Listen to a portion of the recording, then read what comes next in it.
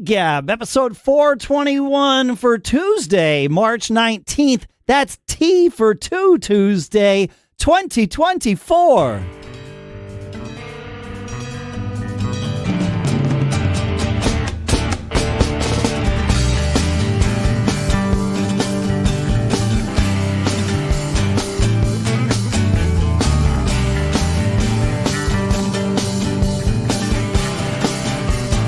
Greetings, folks, and welcome to Gig Gab, the show by, for, and about working musicians. Here, back from South by Southwest, now in Durham, New Hampshire.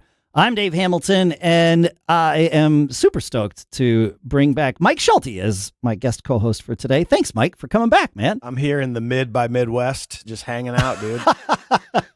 I don't think that's a thing, but I might start it. You know, it might be a thing. There have been a lot of things that have started like that. When I lived in Austin for about 6 years, and I was stupid when I lived there because I bought into, there's this mentality of Austin residents that is basically epitomized by the name of all the events that happen for Austin residents, like gigs and stuff that happen outside of downtown, and it is South by So What. I thought, like, it is avoid downtown like the plague. Actually, I got to come up with a new phrase for that because I'm terrible at avoiding the plague, and I did avoid downtown. But like everybody's like, oh, it's stupid. South by Southwest is dumb. Don't go. It's bad. Like, and yes, there's more people downtown and a little bit more traffic downtown. But like, whatever. You know, it's like a 6-block area. It's not like the worst thing in the world.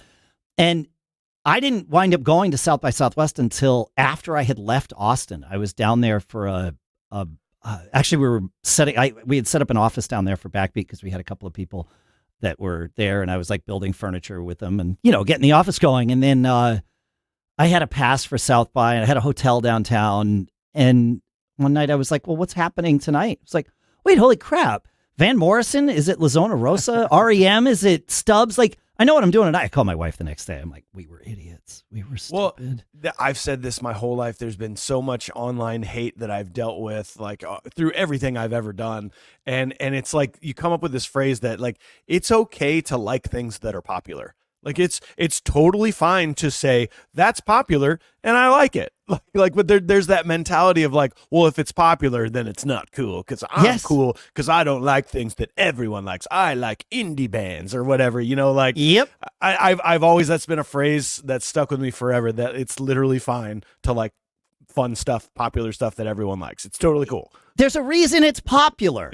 Yes. Right? Like, that's if a really it's popular, good point. that means it's really probably really fun and good. There's something about it that's good, right? Like, and certainly I know we can find things that are popular simply because they've been marketed to death and people have gotten used to them, and therefore they are popular.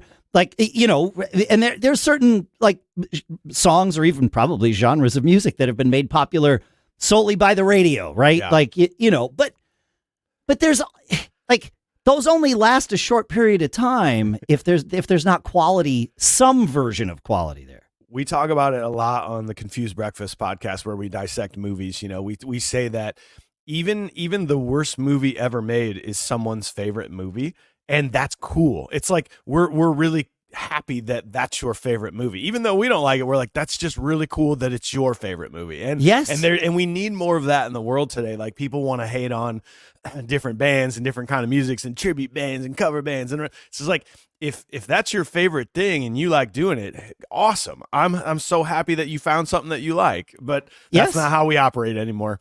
Yes, there was I wasn't even planning on talking about this today, but it fits. Well, I won't assume. Do you know who Diane Warren, the songwriter, is? I do not. Oh, okay. Well, you know her songs, right? I'm sure. I know that you know her songs because she has written, I think, more top 10s or number 1s than like ever. So like her top 10, some of her top 10 songs are "Rhythm of the Night" by DeBarge. Oh, gotcha. "Look Away" by Chicago. The "If I Could Turn Back Time" by Cher. "Unbreak by Heart," Tony Braxton. "I Don't Want to Miss a Thing," Aerosmith. Only the second cover they ever did. Armageddon theme song? Correct. Yeah. So Diane Warren, there was a movie at South by Southwest about Diane Warren. And they called it Relentless. This woman was relentless. Like, no, and still is. Like, she just cranks out songs and will be like, okay, well, I know, like, if I could turn back time as an example they used in the movie, she wrote it and she's like, this is great for Cher. And she sent it to Cher and Cher was like, yeah, no, it's not for me. And she just stayed on her about it and was like, no, it's for you. I know finally, better than you do. She's like, I know, right. And then she's like, I'll pay for the studio time. You go in and record this song. And Cher's like, fine, Diane. Like, she knows that she knew Diane well enough, I guess, at that point. I was like, I guess, fine. If somebody's going to pay for studio time, I'll go record the song.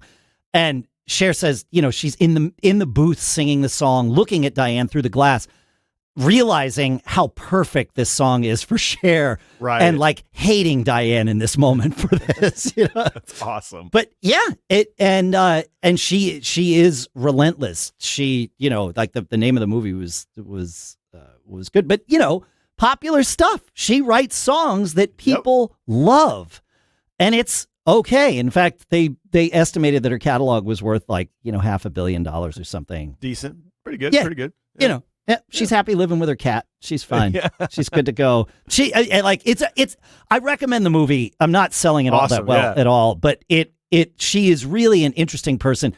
There is some, I don't know if she's been officially diagnosed, but there's a discussion in the movie about how she likely has, some flavor of Asperger's or something. Yep. That not only lets her be as focused as she is, but as relentless as she is, and not care what other people think of her, kind of to your point. Like, it's okay to be popular, but driven. Like, that's awesome. Yeah. I'll check that out for sure. Yeah. I don't know when it's coming out. I saw the premiere of it at South by, so but it'll make it out. Like, there's no question. Yep.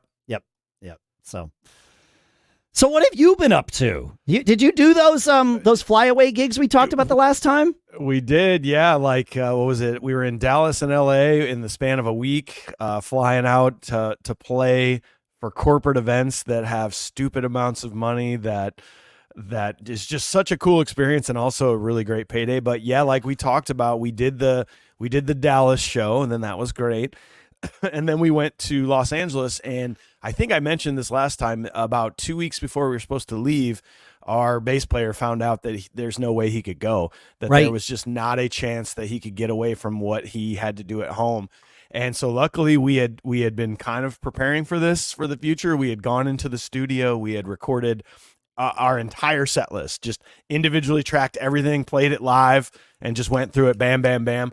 Yep. So I had my audio guy send me the bass stems for every song that we play, and without practice, without trial, we walked into a corporate event in Long Beach, California, and played to a backing tracks. The bass guitar was on its own separate backing track that front of house mixed as if the bass player were there. Right. And it was like nobody knew. It was completely fine. Everything worked out great. And we're now realizing that I think this is the future for us, because we've made it to the point where we can't afford to not play a show that we've booked, right? Like, there's too much money involved for our organization, which is not just us, it's our production company, it's our techs, and there is too much on the line involved for this town festival or this wedding or this corporate event that has hired us to play. And I've seen over the last 3-4 weeks, I've seen so many bands just going, sorry, singer's sick, oops, bass players can't make it to the show, and they're canceling the shows. And I think we've realized that that's a whole nother thing that we can essentially offer as being one of the most professional bands in our market, to say, we even called the purchaser in LA. We said, hey, just to let you know, our bass player cannot make it. And we have two options for you. One, you're going to need to buy some new plane tickets and new hotels. We'll bring a sub to come out, or you just let us do what we do and you won't even know what's going on, and remove some per diems from what you owed us. Of course. And yes. They were like, we don't give a crap. Like, go ahead, like just do what you would normally do. And they didn't know any better. Not a single person in the crowd knew any better. No one cared. And I think we're to the point where I have another child on the way coming this summer. And we were initially deciding that we would do the last time my wife was pregnant was I had a drummer on standby. Yep. I paid him to learn my stuff, learn it, and keep these dates open. And I think what we've honestly decided is that we're just going to play, they're going to play to drum tracks. Like, I have my parts recorded. Yes. And we talked to our sound guy about it. He's like, it'll be fine. It'll just look weird and people will think it's strange, but they would rather play to just my drum tracks than have a fill-in drummer kind of cloud everything up and like, ooh, is he going to play the right part? And is he sticking on the click track? So we've decided that we're pretty much all replaceable if we have illness and an issue, and we're going to continue to just play the shows, and we fully prepared ourselves for that. And I think that's where we're at this point. So, trial number 1 was completely successful. So that's where we're at, man. Okay, so there's so much that I want to go through here because this is fantastic. I love this. You said, there's a couple things you said that I want to like dissect here. You said the agent or the booker, whoever the responsible party on the other end, told you do what you would normally do, and to me, that is the way to present this. That like. Make it their idea that this is what you're going to do, but make it clear that you are very, like, we've been here before, even if you haven't, folks. Just, as long as you're prepared, as you guys were, act like you've been here before. Hey, we have a change I wanted to tell you about. We have some options for you. We can do what we've done before, which is we'll just play our bass players tracks or whatever the solution is that you need to throw out there, or we can hire a sub, but that's not actually the best thing for the gig, right? Like, or we can cancel. We can just cancel. Yes, option number 3. But I wouldn't throw that out there. They can come up with that on their own. We didn't throw that option out there. Right. You throw out the 2 options. You want to give people a choice. You want to always lead them to the answer that's best for you. And I think that there's a phrase I've throughout my whole career, I've captured these things that I call magic phrases, right? Things that work well with customers, that communicate efficiently what you want to communicate. And when you said their response was do what you would normally do, I'm thinking that's what you need to say to people is what we would normally do. This is the normal way. The normal way. The abnormal way is to hire a bass player, correct, bring him out, because none of us wanted that. We didn't. No. We have the guy that actually recorded us is one of the best bass players I've ever heard in my life. He is unbelievably more than capable and would fit in just fine, but it's not the same. You're now we're out of our him comfort through zone. The gig. Yeah, Absolutely. we're all out of our comfort zone, and we're not thinking. The only thing that was weird about our gig there was that Corey wasn't standing over there, and that's it. Everything else was the same. It sounded the exact same. Yeah. I really like this, what we would normally do, and sell it that way. And then they still get to make the choice, but they see your comfort level, even if it's not actually there. It was a little, I was a little scared. Of course. A little scared there. Oh, I get that. But they see that you're comfortable. Oh, they've done this before. That makes them comfortable. The more comfortable the client is, the more comfortable you're going to be. If you get to the gig and the client's all frazzled and freaked out, no matter how normal it is for you, you're going to have some level of freak out going on, right? Like, it's how it's how it works. So, all right. So that's number 1. Number 2, this is something I've thought about with theater gigs because they, for me, are the ones where I would be most likely to have a conflict because, if I book a theater gig or something, I wind up booking theater gigs. I don't dislike doing them. I know how to read. I like the challenge of reading a show. It's nice to keep that part of my brain working. But the primary reason I take theater gigs is fear of not having gigs, right? So I can put a theater gig on the calendar and know that, all right, I'm going to be able to play this. And that was especially true during like COVID times, right? When there were no gigs. It was like, I can take theater gigs. But what'll happen is I'll take a theater gig for 6 months out thinking, I don't know if this band's going to be working as much or that band, there's other things going on. So I'll take a theater gig and then it's like, well, the time comes. It's like, turns out Dave's got lots of other options for gigs and I'm going to take them. So, I wind up, the only theater gigs I take are ones that aren't entire weekends of shows. Oh yeah, for sure. You know, so, like some of these theater gigs that I'm offered are like, oh, it's 6 weeks of 7 shows a weekend. And it's like, Dave's not your guy, you know, like doesn't work for me. Dave does not bang drum. Dave doesn't bang that drum that much. That's right. I got to like work and do other things. But I will take these ones that are like in rotation with another show at the theater where it'll be 2 gigs one weekend and nothing the next weekend or whatever. And so I'll take these, and sometimes the scheduling gods smile upon me and wind up having, you know, the bands that I'm in have gigs like on the off nights, and it's like, woohoo, you know, it's like dancing through a minefield. Right? Oh yeah. Yeah. But other times you hit the landmine. And there have been times where, like, for example, I have one gig I need to sub out for some theater show coming up in like May or whatever. And it's because I have an outdoor gig that day with Bitter Pill. Now, we all know that at the last minute, an outdoor gig can be canceled because of the rain, right? Mm-hmm. And so in those moments, I've always thought, well, wait a minute, you know, I'm the primary drummer on this show. I'm the one that everyone in the band and cast is comfortable with. But I need to have a sub at the ready, on standby, prepared for the gig, and like keeps their schedule open and is ready to go, planning to go. But if at the last minute Dave's available, the primary drummer is available, my feeling is you pay the sub and thank them for their time and go play the gig, and like, because that's the best thing for the show.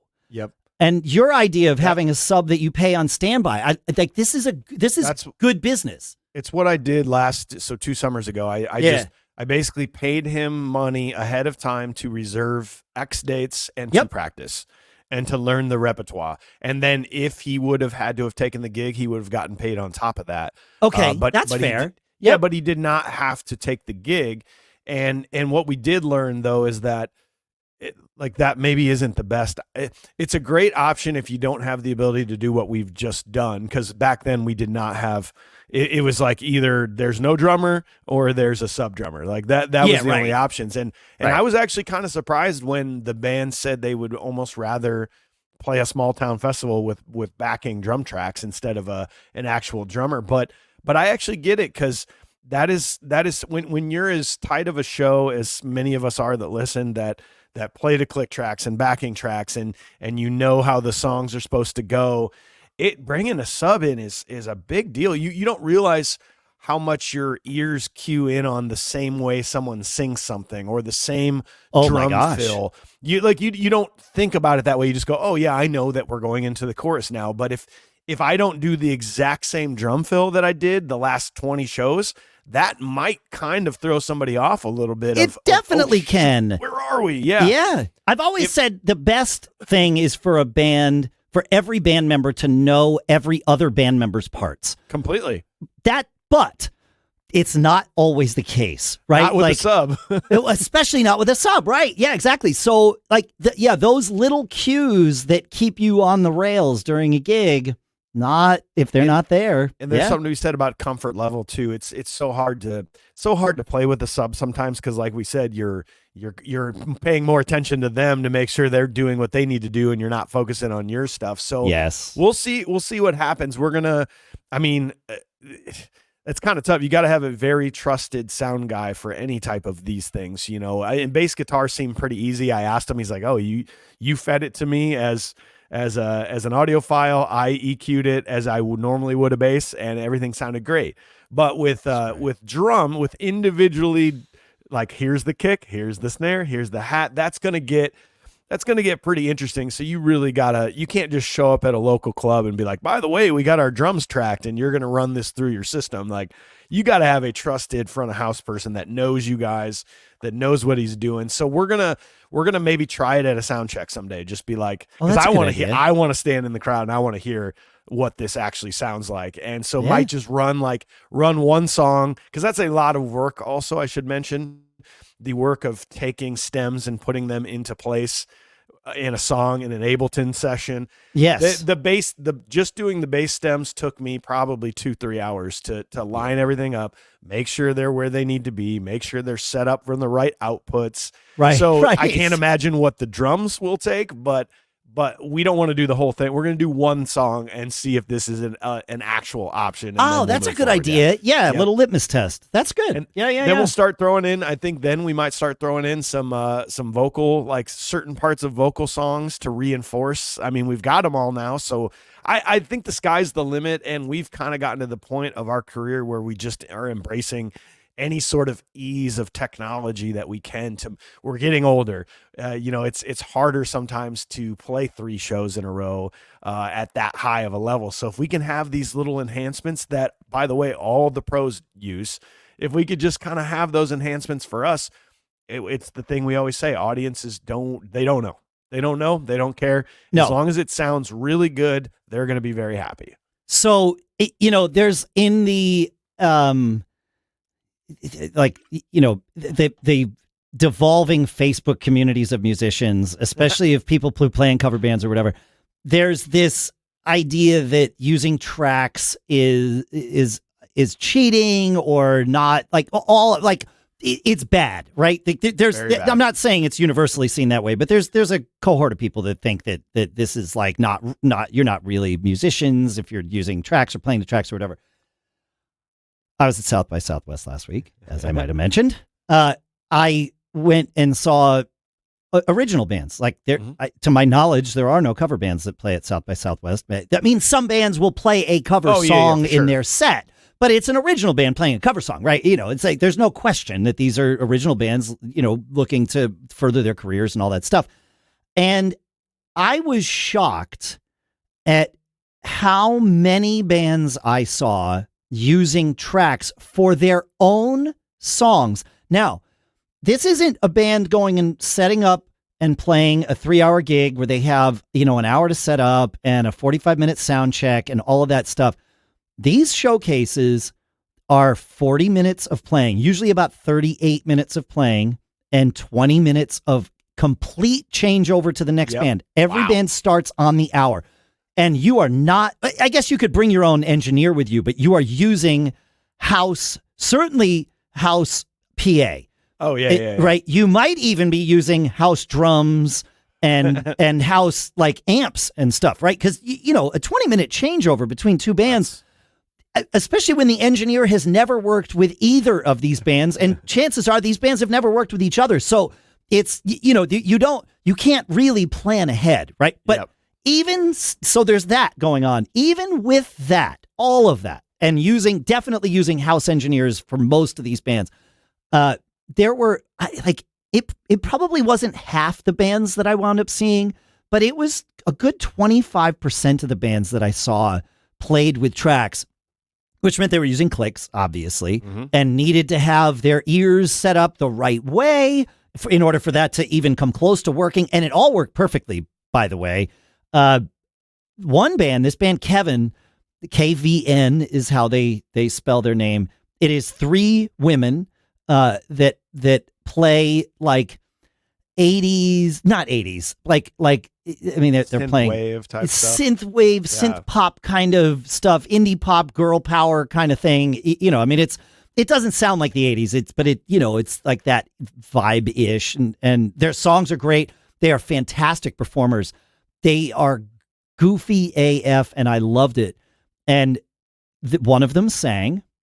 All 3 of them sang. One of them sang and played like some triggers from a small keyboard. Yep.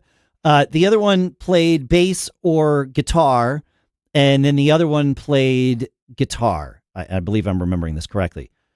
So they tracked their drums for every single song. And I had seen bands in this same venue before and after them, but also on different nights that all had drums. The volume levels were, it sounded fine. Yeah. Like it didn't sound weird that there was no, and this was a small club. It didn't sound weird that there wasn't someone hitting a snare drum right there. Like I could see the snare drum because that was a house kit, like it's right behind them, but nobody's using it, and they sounded great. There was, there was one band, this band called Cuffed Up. They had no bass, and yet there was plenty of bass happening. And they had built their tracks really well. The like if there was an end of a song that like retarded or whatever, or they had like a big ending, they would just have the bass like intelligently drop out. Yep. Like they carved the tracks perfectly. I was messing around with that. I was like, oh no, like wait, hold on, how do we end this song if this is the kind of the retard part? And so I just sort of went, I just sort of pulled it out of the mix. Yep. And then there were three bands, but I'm gonna talk about the third one separately because we're drummers and we need to know about this guy. This band Michigander. Have you ever heard of them? Oh yeah. Okay. He's been big on like Instagram reels and stuff like that. You see him a lot on there. Fantastic. They were the full band. It wasn't just Jason or whatever. That band, if you get the chance to go see them, I saw them accidentally. They were opening for somebody I was going to see. They were opening for David Shaw, who was the singer from the Revivalists. Oh my gosh. Okay. If you ever get to see David Shaw or if the Revivalists play again, dude, like the Revivalist was the right name for his band, I presume. He probably had 10 people on stage. It was like going to church, man. This was friggin' amazing. But awesome. I don't think they used any tracks. There were so many musicians on stage. I don't know if I would have noticed if they did. But Michigander used tracks for the keys. This band called Winona Fighter, which I love this name. And they are a 4-piece, female-fronted, like power punk band. Right. Yep. And super energetic. They used I saw them twice. I don't think they used tracks the second time, or if they did, they were buried low. The first time I saw them, the tracks were so loud, it was like almost problematic, but they used tracks for the keys as well. And this is like power punk. This isn't electronic music. Like the second time when I saw them and I was halfway through the set before I was like, wait a minute. I heard keys the last time I saw this band. I don't think that's happening right now. Or maybe they think it's happening and the engineer doesn't, like, I don't know. But it wasn't missing anything without the keys, but still, like this power punk and they're still using keys. But I try to think about it from a fan perspective too, because I am a fan. I love music. That's the thing that people kind of confuse about cover bands, like, oh, cover bands, you don't appreciate original music. No, and like my favorite bands in the world, I'm so glad that they put out music, and I love discovering new music like that's what I listen to. Cover band is just a way to play music, But when I go see a band, if I'm going to see my favorite band in the world, I want them to play to click tracks. I want them to have backing tracks.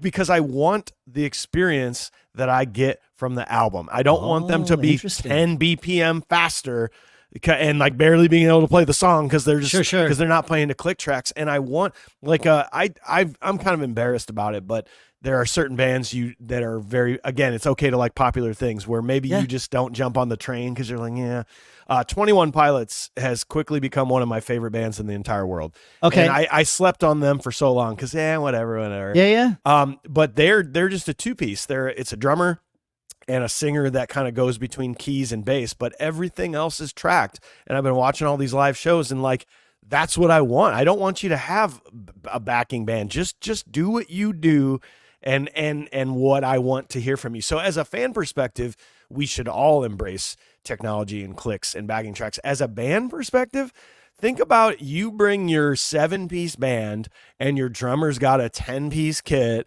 and you have a 20-minute changeover, how bad you are going to sound. You are going to sound so shitty because you're all trying to get wedges. Nobody can hear themselves and it's sound checks taking forever, where if you just show up with your own in-ear system and a splitter snake, now already, I can roll into any gig with 0 sound check and know that at least my mix is going to be in the ballpark because it was what it was from the last show. From the last gig. It's what it was from the last show. Will be fine. I can hear what I need to hear. So I just think that the technology argument from the mostly older men and women that play in cover bands is just so outdated because it's making your life easier and it's making the show better. And that was the thing is, you mentioned older people and it dawned on me that all of these bands, again, original bands, not needing technology to cover a part that was on someone else's record, needing technology to cover a part that was on their record, but they're all, these were younger bands. Like, South by, it's not unique to find someone who's in their 40s or 50s or 60s playing at South by, but it's uncommon, right? New up and coming bands. It's new up and coming bands that are in their 20s, maybe their 30s, right? Like that's the median sits probably at 27 years old, right? Yep. And these are all people that have grown up with technology, that like using tech is not seen as an add-on. It's just part of the deal. Like they got to grow up with in-ears. They got to grow up with digital audio workstations in your house. Like I didn't get that, Nope. like I didn't even get an analog workstation in my house. If I was lucky, I had that Tascam 4-track that I could borrow from my I had friend. that for sure. Yeah, right. But that was it. Like and even that allowed us to be creative and do interesting things, right? So, I there's something I want to get into about seeing a band and sleeping on a band and then finding them, which happened to me last week.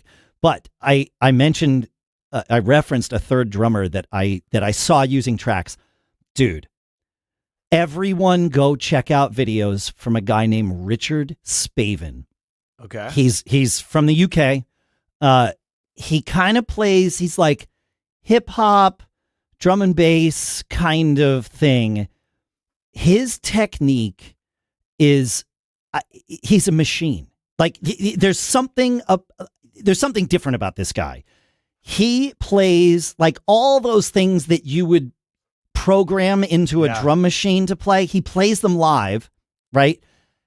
With metric modulations where he's moving between different times. He's doing, he'll play,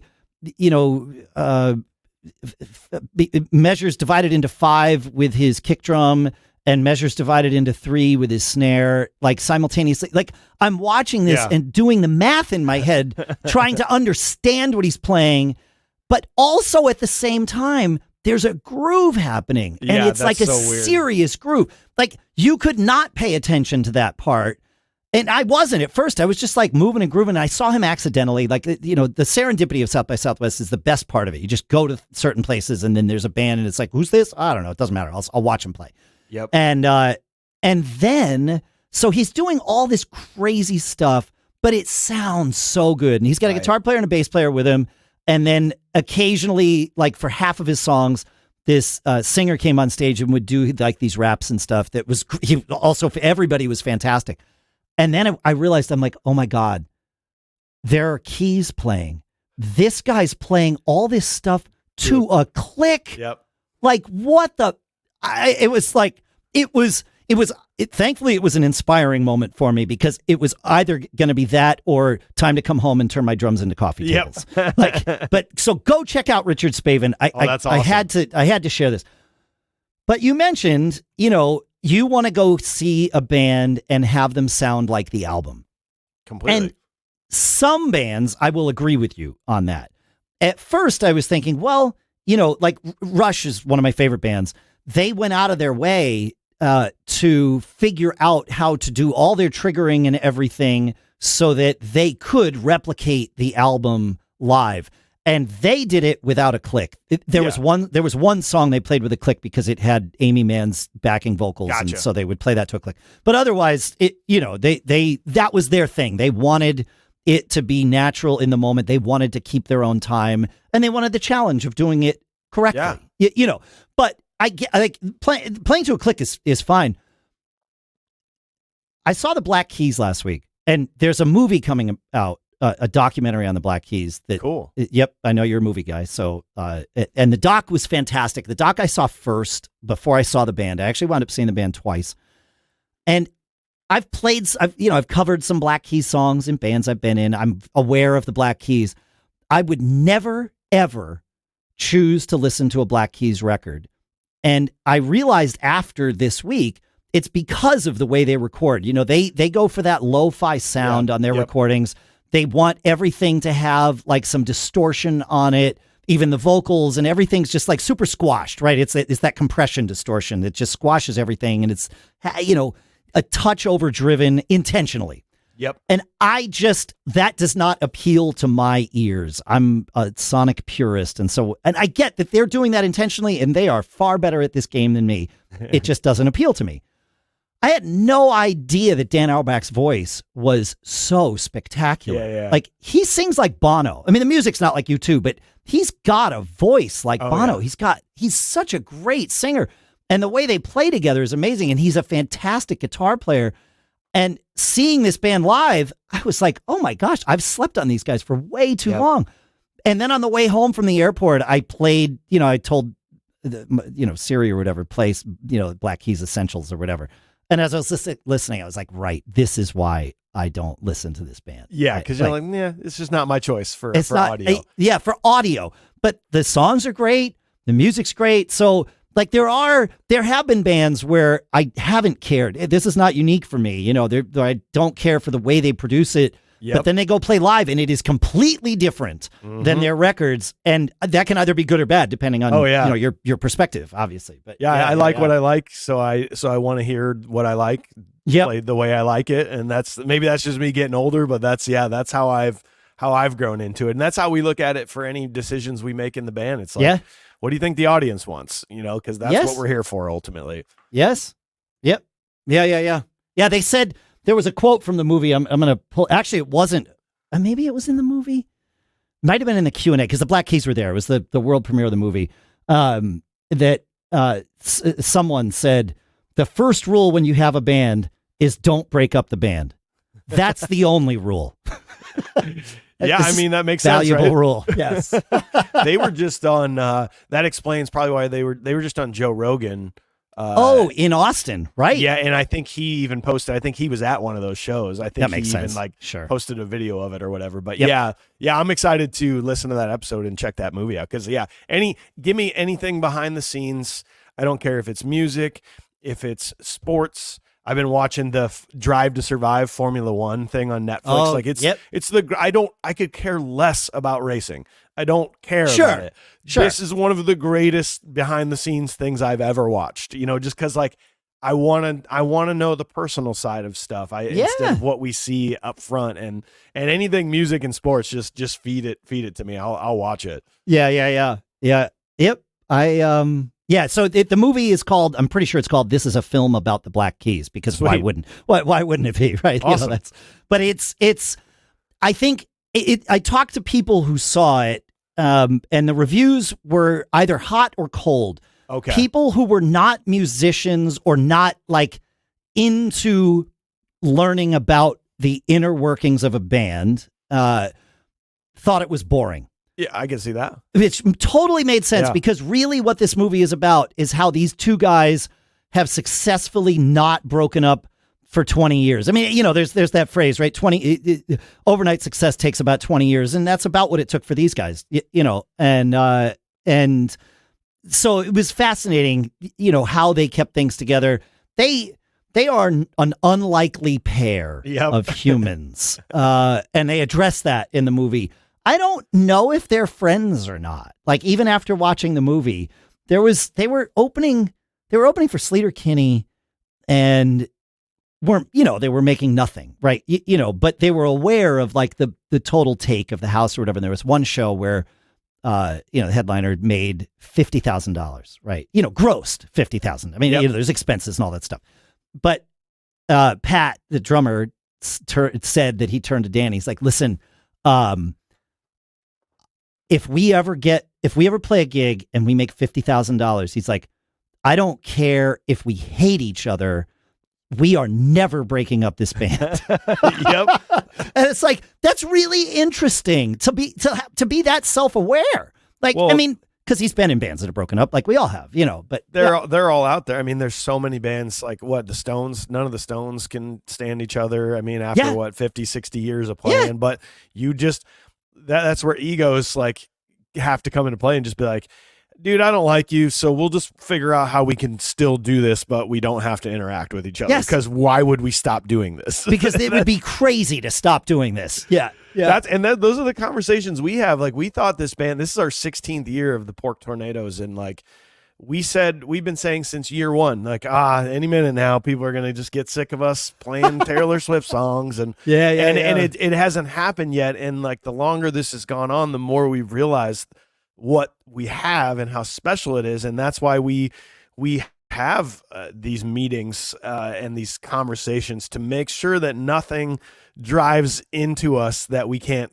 fix, like animosities or anything, like, and we all know how to take criticism. We all can be very harsh of each other, but that's the only way we get to keep doing this magical thing that none of us could have ever dreamed about as kids, to be like, wow, we still get to do that. We might do this forever. Like, I don't know, like, let's try to do it forever. So let's try. But you're all on the same page about that. Like, that is the key right there, is being aware individually, but even more importantly, collectively as a band, that like, we don't want to F this up. Yeah.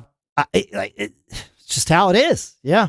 It's how it is. I don't want to stop doing this. We want to, now that we all have kids, we want to just like hand the keys over to them in like 15 years. Be like, look, here's all your gear. Here's your fan base. Go play. Enjoy. We're just going to watch now. That's we're right. done playing. Like, that'd be amazing. That'd be amazing. That would be amazing. Yeah. Dave, you'll be mine. I don't know if because you have, how many kids do you have? 2.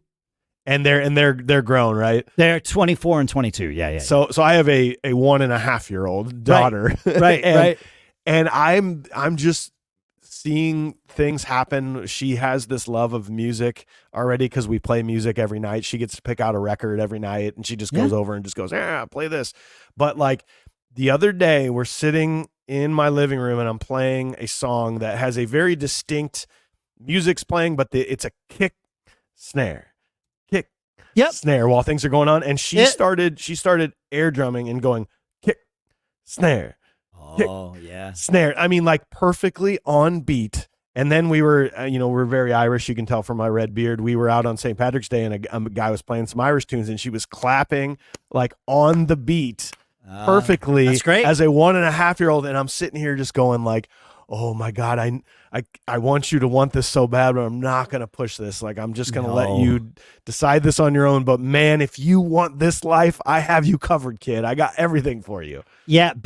You are approaching it a good way. I don't want to say the right way, because that makes it sound like there's only one way. Yeah. But my daughter wanted to play, I've played, obviously she's been aware of me playing since she was born, right? And she would come to gigs and like all that stuff. Both kids would, but my daughter really was the one who was really into music. But they're both musicians, but my daughter really loves music in a different way than my son, like in a more active way, let's say. And she was a dancer for a long time, and then hurt her knee, and that kind of ended that, but it was sort of ending anyway. But she said, I want to learn how to play guitar. And I didn't know how to play guitar. Right. And so I was like, oh yeah, same. She's like, so we collectively decided to take lessons together. Cool. Well, okay. We did. I booked one lesson a week with this one teacher, and we would flip-flop whose lesson it was, right? But we would both be in the room for each other's lessons. Yeah. Which we thought was cool. The teacher was on board with it, all good. Well, it was her first instrument. It was not my first instrument. So I knew what it was going to be like in a general sense playing an instrument, and she did not. She had to get over that hump.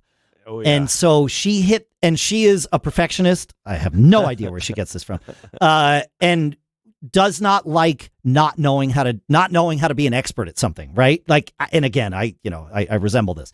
And so she got frustrated pretty quickly, especially seeing me just sort of plowing through and being like, I don't know how to do this either, but I know that the way to get there is to just do it wrong and just fumble through. Yep. And I already knew how to keep time with an instrument. Of course. Right? Like there's a lot that you learn with your first instrument that carries over to the next one, even if it's in a different family or whatever. Like I knew, 100%. And I'd been on stage with guitar players for decades. Like I knew how to move my body in the way that a guitar player moves their body, right? Yep. Like there are things to this, the experiential osmosis-based learning, right?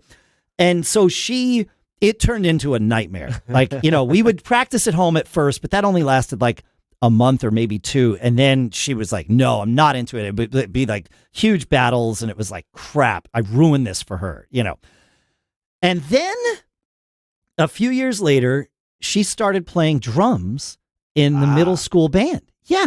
And I'm like, she tells us at dinner, like casually, like, oh yeah, I'm playing drums. I've already been doing it. Yes. And I'm like, what? I'm like, okay. And I'm like, oh, I get this. All right. Like, I see. I gotta play this softly. I'm like, okay, cool. Well, obviously, if there's ever anything that you have any questions about or whatever, I'm happy to help you, but you got to let me know. And I acknowledged, like, the guitar thing was sort of a disaster, and I don't want to, I don't want to get involved in this in a way that you don't want me involved. And she's like, yeah, no, I'm good on my own. Okay, great. Frustrating for me, but, yep. And that went on for like a year. She was playing like, snare drum or whatever. We'd go to the concerts or whatever, but that was it. Like there was no discussion at home or anything. And then she was like, okay, look, here's the thing. I want to try out for jazz band in the fall. This was like, March, April, May or something. And tryouts would be in September or whatever. And she's like, so I need to learn how to play the drum set. Well. And I was, yeah, exactly. And I was like, okay, that's fine. She's like, so I want you to teach me. And I'm like, I can do that. Like, we're going to make a deal, though. When we're at home, you're the daughter, I'm the father. Mm-hmm. Like, that's how things are. When we go over to the studio, my studio's a separate building on the property. It's where my office is. It's where I am now recording the show. In fact, my drums are like, 2 feet from me or whatever. I'm like, when we're here in the studio, it is student and teacher. Yeah. And anything goes. We can yell at each other over there. And it's okay. We leave it there, and then we come home, and it's all good. And she's like, okay, can you agree to that? She asked me. She's like, I'm fine with that. How about you? How about you? And I'm like, yep, I'm in. And she's like, okay. And so, we start again, and she's like, oh, I can't do this. I can't do this. And she still is a big Oasis fan. And so, it was like, pick a song that you want to learn and we'll get you there. So she's like, okay, how about like Supersonic? Because it's a distinctive drum groove, but fairly simple. And I'm like, try to play it. Like, I'm not going to tell you anything. You just try to play. I want to see where you are so I know where we got to go.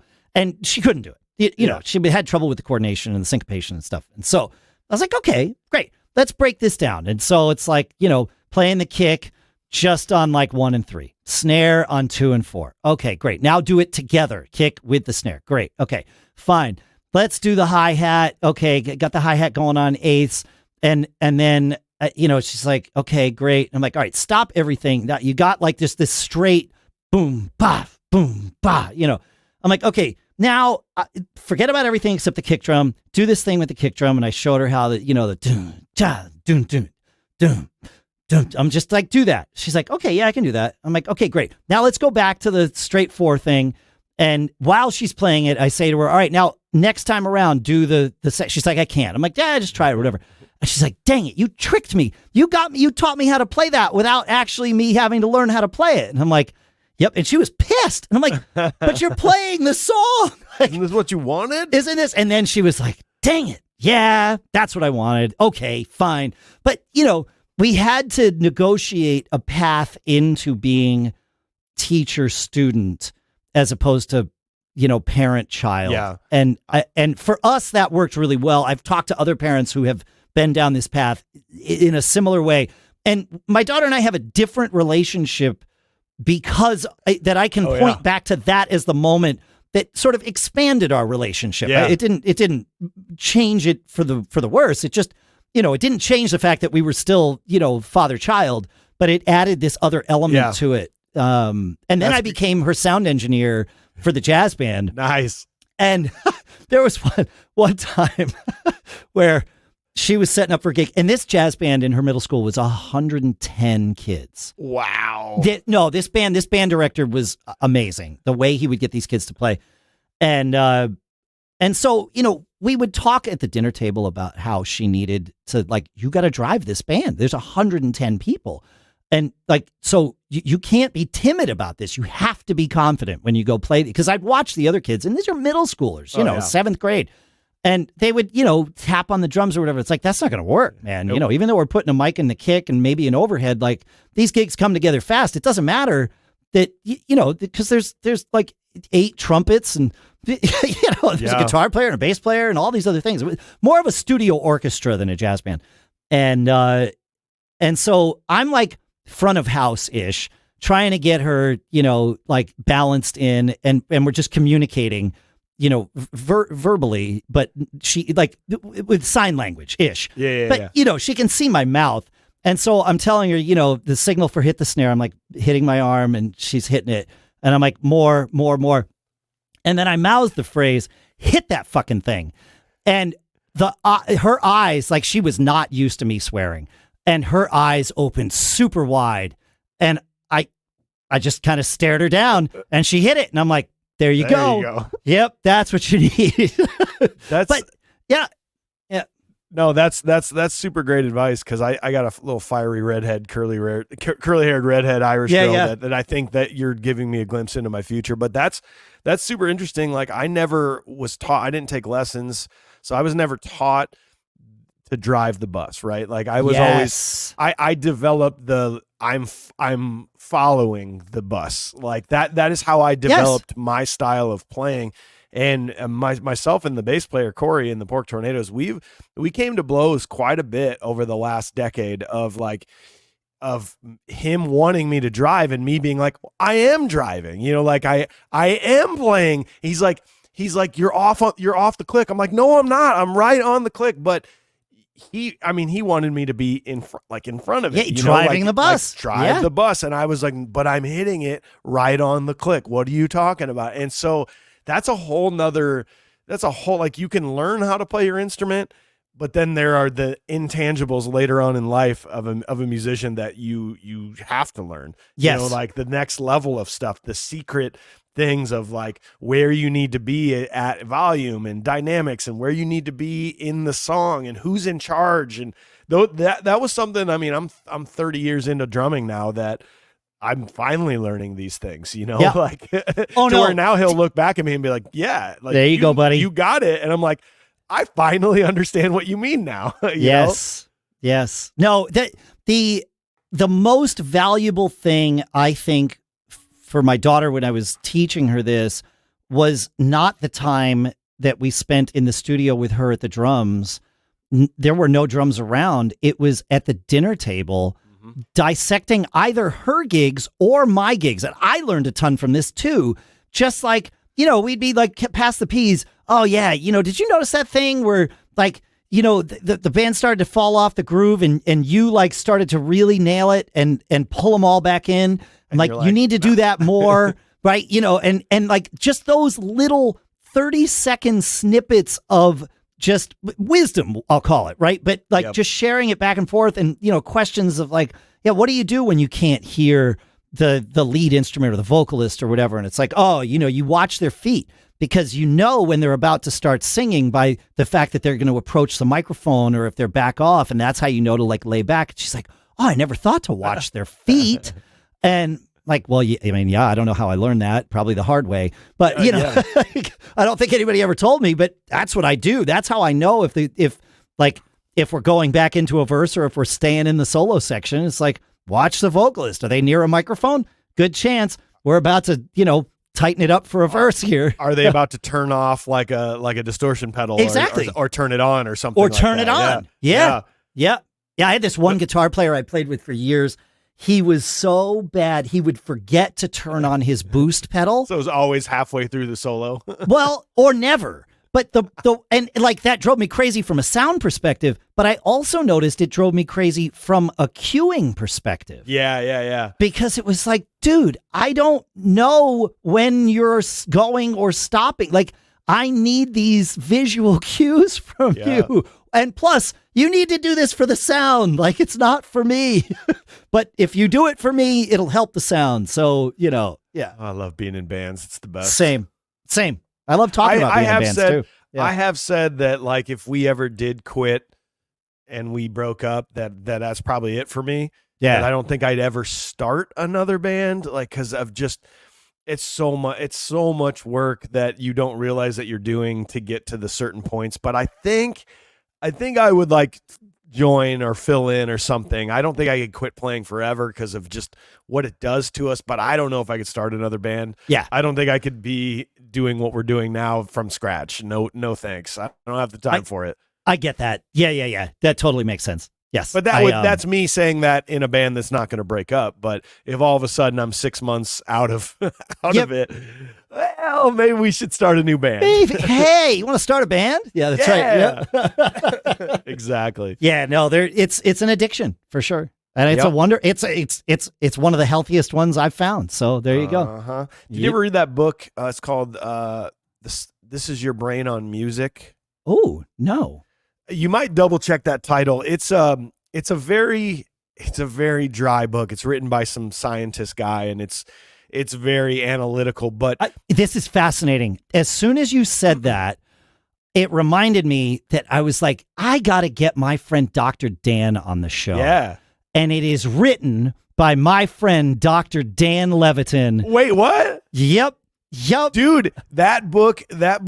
The thing I took from that book the most is it does validate what we know and what we've all thought happens to us when we're hearing music and playing music. But the big thing I remember that is they did like whatever you can see brainwaves, some sort of scan, and they would have people do tasks when that happens. And let's say they're reading a book, this part of the brain fires. Let's say they're having a conversation, this part of the brain fires. Let's say they're watching a TV show. Well, then this part of the brain fires. But when you're listening to or playing music, your entire brain is firing because all these different, you're remembering, you're predicting, you're getting put into a memory of the first time you heard this song. You're actually physically doing it. It's like, it's insane. All the things that are actually happening in your brain when you're listening or playing music. That's insane. You definitely need to have that guy on the show. I definitely need to have him on the show. No, like when Paul told me that he was, he needed to stop doing the show as regularly and all that stuff, I started making a list of people, right? Obviously, you were on that list. We know a lot of the people who are on that list. I put Dan on that list. I've known Dan for a long time. He is a fascinating guy. He's obviously he's a neuroscientist, and he's a musician. I don't mean like he's not a good conversation. Like he's just smarter than I am. So a lot of the big words he used, I had to stop and think about. Yeah, no, he's a great guy. He plays with one of his best friends is Victor Wooten. He tours with Victor sometimes. Jesus. It just the two of them will play gigs together. He's friends with like Joni Mitchell. That's awesome. Yeah. No, he's an interesting cat, and I don't know why I haven't reached out to him yet to be on the show. But you've reminded me, so I'm going to do it as soon as we finish here. Because did I get the name right?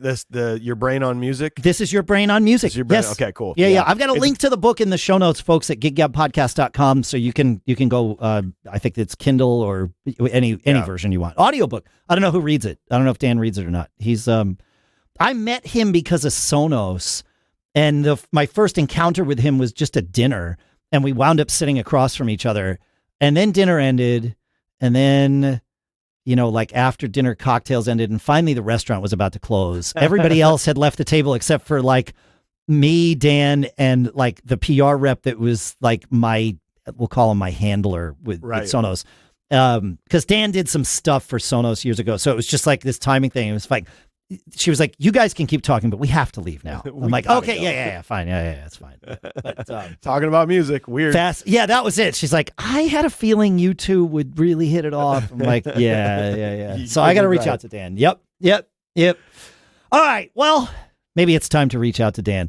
Thank you for thank you for doing this today, man. We Always have more things. I know things. We keep diverting off the schedule, and we'll get to it next time. We'll get to it next time. Absolutely. Thank you for doing this.